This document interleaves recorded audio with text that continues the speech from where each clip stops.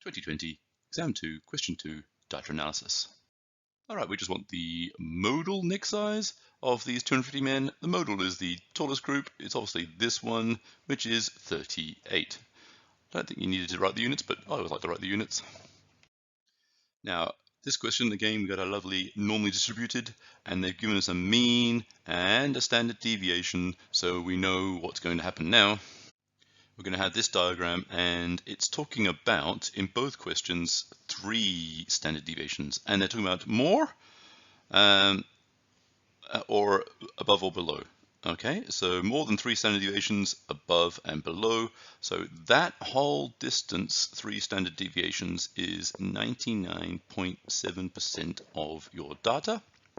Now, remembering our mean is 38, so you've got to add.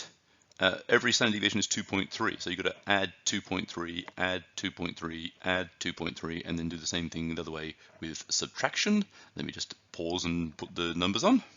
So the numbers we really need to worry about are the 3 standard deviations. That's 31.1 and 44.9.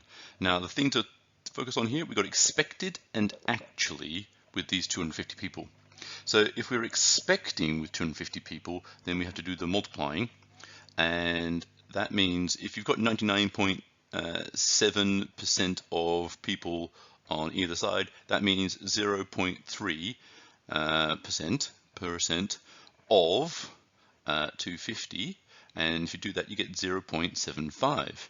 Then it says nearest whole number. So that's going to equal 1. So you expect 1 person because you know that's 99.7. But now we've got these values of the 31.1. Now 31.1 is just here, which means one of them is below. And then the other end, we've got 44.9, which is just there, 44.9, and there's nothing there. So there's nothing above that. So we've only got the one below. So again, the answer is 1. That's how you answer it. Now, you have to pay attention to the difference between expected and actually. So the expected is just using the percentage to work out a number, and it did say go to the nearest whole number, which was 1, and then the actual value is taken from that graph. So this is the theoretical graph here, there's the actual graph here. We can say that's the theoretical or expected. So we're going to construct a box plot using the 5-figure summary above, and it does give you the hint, show any outliers if appropriate. I'm telling you, there's going to be outliers. All right, now we can do the box part of the box plot because we've got the Q1 and median and Q3. So Q1 is going to be 36, and median is 38, and third quarter is 39. Make sure you bring a short ruler with you to do the SAC. I can't use a ruler on the screen, it's just too slippery, it doesn't work, and I'll end up fluffing things up. But enjoy my beautiful artwork. So we got that, and now we need to check, is that an outlier? Is that an outlier? Now we've got to do that by doing the upper fence, and the upper fence requires the IQR. The IQR is the difference between those two numbers. Let's do that properly. So IQR equals Q3 minus Q1 equals 39 minus 36 equals 3. Should be able to do that in your head. Then we've got to go from that point to the upper fence. So upper fence, if I learn to write properly, upper fence, that equals Q3 plus 1.5 times IQR. And so that's going to be 39 plus 1.5 times 3. That's 1 lot of 3 plus a half a lot of a 3, so it's 4.5. And add that up, you get 43.5. So outlier, that's an outlier.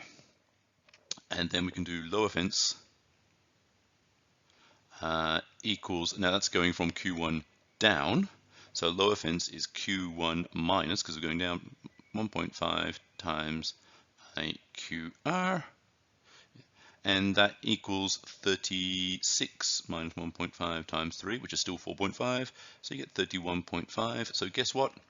Also an outlier. So we're going to show those as dots, and this is where people went wrong a lot.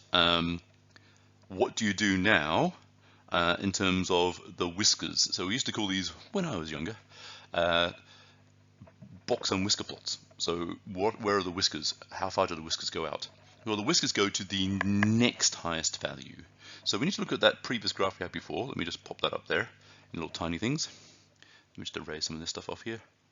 So if you look at this, there's the outlier 44. So the next highest value is going to be a 43. So the whisker can go all the way to 43. It's not the fence. Whisker is not fence. So upper fence, not the whisker. Lower fence, not the whisker. And the same thing down here. There's the 31. And the next value, there is a little dot there at 32. So we can take the whisker all the way to 32. I like sometimes to do that. I don't know if they took marks off at the end for that, but I like to do that just to show clearly where the whisker is ending in my box and whisker plots. But that's how you do it. Now, a lot of people had trouble with the whiskers. I think a lot of people got the 1 mark for the box and then fluffed up. They just did the whisker straight out to the maximum and minimum without checking for outliers, or they did the whisker to the fence, not the whisker to the next value. So imagine if there was nothing here, then the whisker would stop at 42. Okay, so that you get used to that. It's a very common mistake. Don't do it.